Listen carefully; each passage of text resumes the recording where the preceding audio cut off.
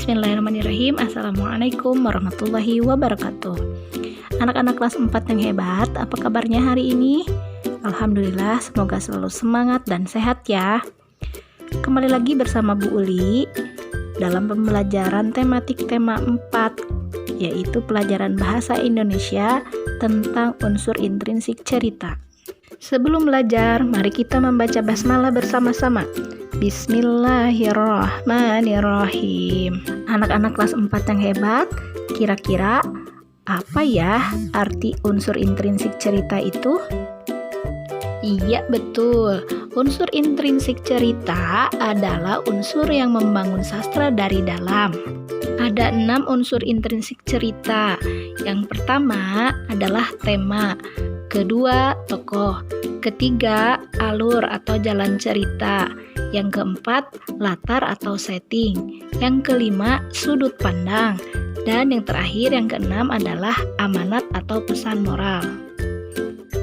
Baik anak-anak, Ibu akan menjelaskan unsur intrinsik yang pertama, yaitu tema. Tema adalah ide pokok yang menjadi dasar atau pokok utama dari sebuah cerita. Nah, di bawah ini merupakan contoh tema tentang kesehatan. Sebetulnya banyak ya anak-anak, ada yang tema pendidikan, persahabatan ya, dan sebagainya. Supaya lebih jelas dan paham, silakan kalian baca contoh tema kesehatan di bawah ini ya anak-anak. Selanjutnya adalah tokoh. Tokoh adalah individu ciptaan atau rekaan pengarang yang mengalami peristiwa-peristiwa dalam cerita.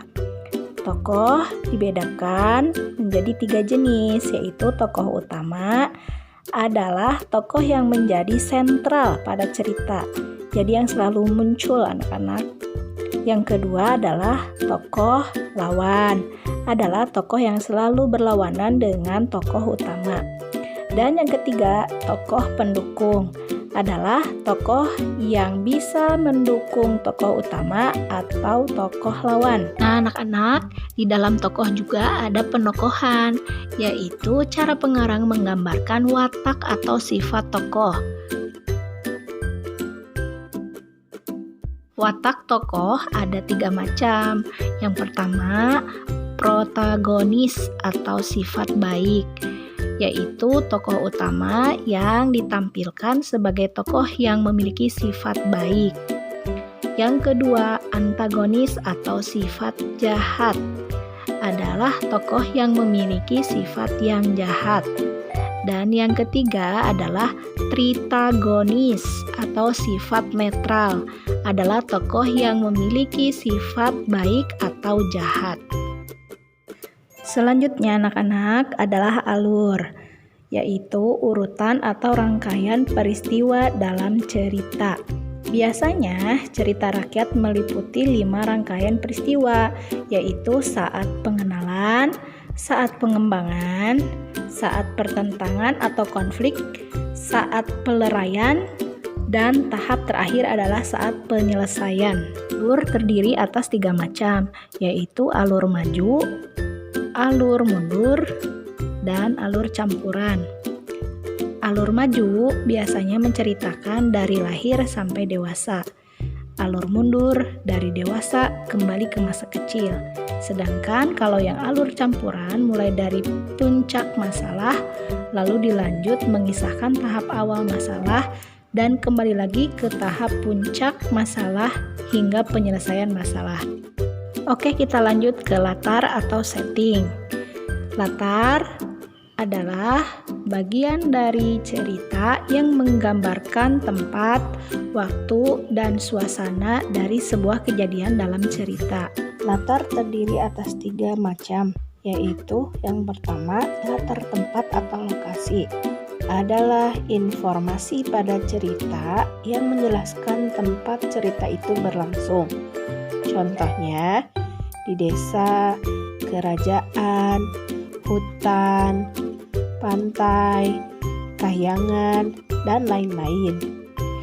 Yang kedua adalah latar waktu, merupakan saat terjadinya peristiwa dalam cerita tersebut. Contoh, pagi hari, malam hari, siang hari, tahun sekian, pada zaman dahulu, saat matahari terbenam, dan lain-lain. Yang ketiga adalah latar suasana. Adalah informasi yang menyebutkan suasana pada kejadian dalam cerita berlangsung. Contohnya, rakyat hidup dalam damai dan sejahtera. Masyarakat hidup dalam ketakutan karena kekejaman raja.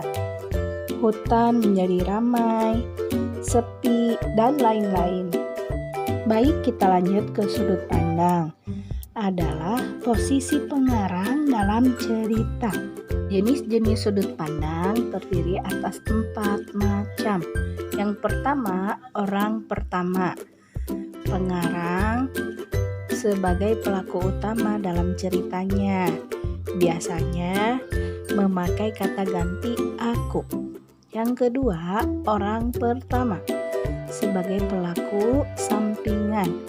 Pengarang masih terlihat dalam cerita, tetapi hanya sebagai tokoh pendamping. Sudut pandang ini juga memakai kata ganti aku. Yang ketiga, orang ketiga serba tahu. Di sini, pengarang menempatkan diri sebagai orang di luar cerita, tetapi ia mengetahui segala hal yang berkaitan dengan tokoh dalam cerita tersebut. Keempat, orang ketiga sebagai pengamat. Pengarang menempatkan diri sebagai orang di luar cerita, tetapi ia hanya menceritakan isi cerita dari sisi seorang tokoh saja. Oke, kita lanjut ke yang terakhir, yaitu tentang amanat atau pesan moral. Merupakan nilai-nilai yang terkandung di dalam cerita yang ingin disampaikan oleh pengarang agar pembaca mendapatkan pelajaran dari cerita tersebut. Salah satu contoh amanat yang tentunya sudah kalian kenal anak-anak, yaitu dari kisah Malin Kundang. Amanatnya bahwa kita tidak boleh durhaka ya kepada orang tua kita. Nah, anak-anak kelas 4 yang hebat, sekarang Ibu sajikan satu cerita yang berjudul Indahnya Persahabatan. Silahkan baca ceritanya dengan seksama dan menyeluruh ya anak-anak, supaya nanti kalian bisa mengetahui unsur-unsur intrinsik dari cerita tersebut.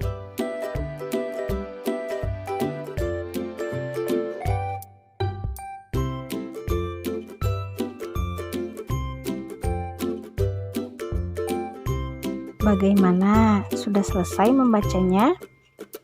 Ya, bagus. Jika sudah selesai membacanya, maka Ibu akan sajikan unsur intrinsik cerita Indahnya Persahabatan tersebut ya anak-anak. Baik, temanya adalah persahabatan. Tokoh utamanya yaitu Tias dan Dwi. Kemudian tokoh pendukungnya adalah Papa Tias dan Mama Tias. Sedangkan untuk watak tokohnya, Tias suka menolong, Dwi tidak mau membebani orang lain. Papa Tias baik hati dan dermawan. Mama Tias peduli. Kemudian untuk alurnya, ini alur maju ya anak-anak. Oke, kita lanjut ke latar. Latar tempat adalah di rumah Tias, di rumah Dwi yang dahulu yang dikontrakan, kemudian di rumah Dwi yang baru yang di desa. Latar waktunya adalah siang hari. Sedangkan untuk latar suasananya mengharukan ya anak-anak ceritanya. Sudut pandangnya adalah sebagai orang pertama.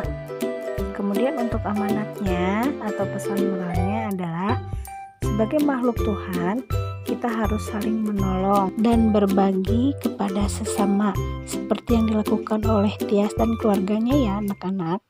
Alhamdulillah, materi tentang unsur intrinsik cerita sudah selesai. Tetap semangat, aku bisa. Terima kasih ya anak-anak sudah menyimak video pembelajaran Ibu. Wassalamualaikum warahmatullahi wabarakatuh.